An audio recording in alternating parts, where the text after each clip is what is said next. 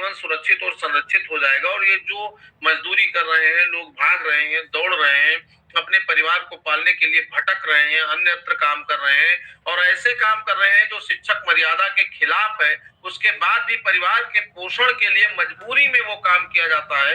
इन तमाम चीजों पर विराम लग जाएगा और समाज में जो हमारा सम्मान है, सरकार की कृपा दृष्टि से वो सम्मान बना रहेगा।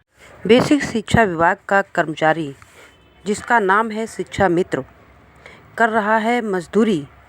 पूछने पर पता चलता है कि ये है मेरी मजबूरी, क्योंकि परिवार की जिम्मेदारी है हमारी।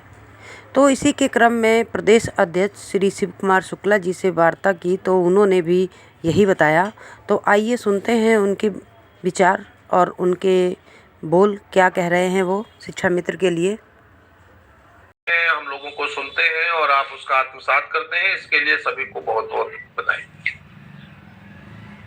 देखिए मिश्रा जी, आवश्यकता जब बढ़ती है और उसकी प्रतिपूर्ति नहीं होती है, उसकी पूर्ति के लिए व्यक्ति अपने परिवार को पालने के लिए हर स्तर पे काम करने के लिए प्रतिबद्ध होता है। और वही स्थिति आज है कि हमारी स्थिति ये हो गई है कि हमारे पास इतना संसाधन नहीं है, आर्थिक रूप से भी इतना सुदृढ़ और मजबूत नहीं है कि हम अपने परिवार का पूरा भार उठा सकें। इसलिए हमारे तमाम साथी मैं तो कई बार बोल चुका हूं, हमको कहने में कोई दिक्कत नहीं है कि स्कूल के बाद कोई राजगीर का काम करता है, कोई अपना परचून का काम करता है, कोई अपना मंडी में काम करता है। अलग अलग तरीके से लोग अपना स्रोत बना करके और 10 पैसा और कमा करके परिवार को चलाने का काम कर रहे हैं। इसीलिए निरंतरता में माननीय मुख्यमंत्री जी से, माननीय मंत्री जी से, माननीय एमएलसी साहब से अनुरोध लगातार किया जा रहा है कि किसी भी स्तर पे शिक्षा मित्रों का, मनदेशकों का और जो आपके पास समस्याएं लंबित है उसका निस्तारण हो जाए।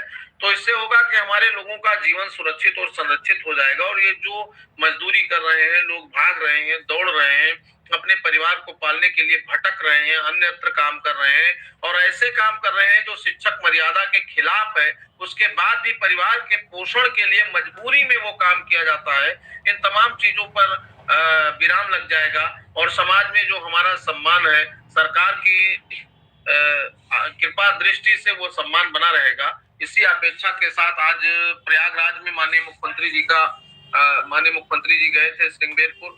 वहां हमारे प्रयागराज के साथी निरंतर प्रयासरत थे मिलने के लिए, लेकिन दुर्भाग्य से माननीय मुख्यमंत्री जी ने मना कर दिया।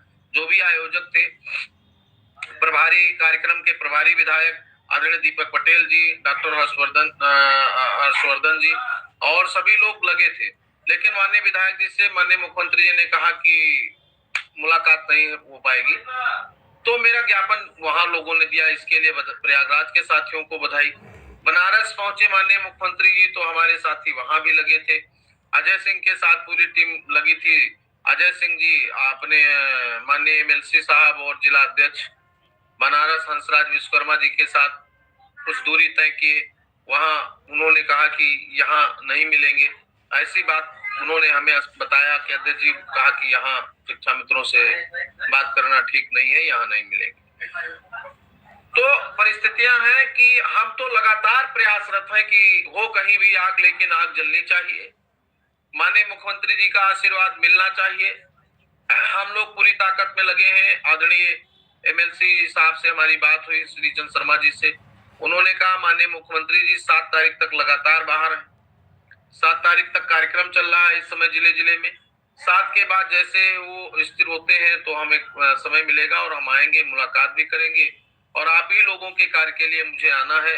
कल उनको, परसों उनको आना था, परसों इसीलिए उन्होंने अपना कार्यक्रम स्थगित कर दिया, क्योंकि माननीय मुख्यमंत्री जी के कार्यालय से स्पष्ट बताया गया कि 7 तारीख तक माननीय मुख्यमंत्री जी नहीं मिल पाएंगे और उसके बाद उन्होंने, हमारी उनकी बात हुई तो उन्होंने कहा अध्यक्ष जी अब हम 7 तारीख के बाद आएंगे और आप लोगों के कार्य से ही आना है, आएंगे और फिर मुलाकात करेंगे।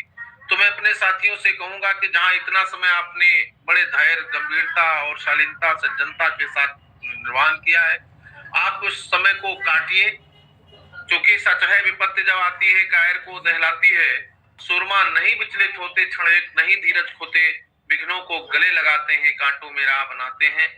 उसी बातों को चरितार्थ करते हुए हम लोग आगे बढ़ रहे हैं। बाकी बहुत पीड़ा है मिश्रा जी, बहुत संकट है। लगातार हमारे बीच से हमारे साथी जा रहे हैं। पर डे 2 से 3 4 मौतें पुनः हो रही हैं। अभी एक एक्सीडेंट में बहन मर गई, एक हमारे साथी खत्म हो गए, सहारनपुर के एक साथी खत्म हो गए, मुरादाबाद की सूचना आई है खत्म हो गए, आगरा की सूचना है खत्म हो गए, हमारी बहन खत्म हो गई, एक भाई खत्म हो गया। तो निरंतरता इस समय बहुत तेजी से चल रहा है। आज हमको एक साथी ने फोन किया और उसने कहा कि सर हमारे बगल के साथी थे और वो कल मार्ग दुर्घटना में हमारे साथ ही बैठे थे और यहाँ से निकले और खत्म हो गए। तो ऐसी तमाम घटनाएं मिश्रा जी, लेकिन उसके बाद भी हम कह रहे हैं कि जो चीज जिन चीजों पर मेरा बस नहीं है उसके लिए हमें संघर्ष ही करना है। और जहां तक हमारा संघर्ष सफल हो सकता था, जहां तक हम पूरी ताकत से पहुंच सकते थे, वहां तक पहुंचकर हम लोगों ने काम किया है। और आगे हमारी कोशिश है कि एक बार माननीय मुख्यमंत्री से मुलाकात करें और घोषणा हो। घोषणा के बाद शिक्षा मित्रों के लिए शासनादेश लागू हो। जो शासनादेश हो गए हैं, जो शासनादेश पाइपलाइन में है, जिनकी घोषणाएं हो गई हैं, वो सब जमीन पे उतारे जाएं और उस पर काम हो, जिससे हम सबके लोगों को सुविधा मिले और सुविधा को प्राप्त करके लोग अपने अस्थायी जीवन को जीने में कामयाब हों।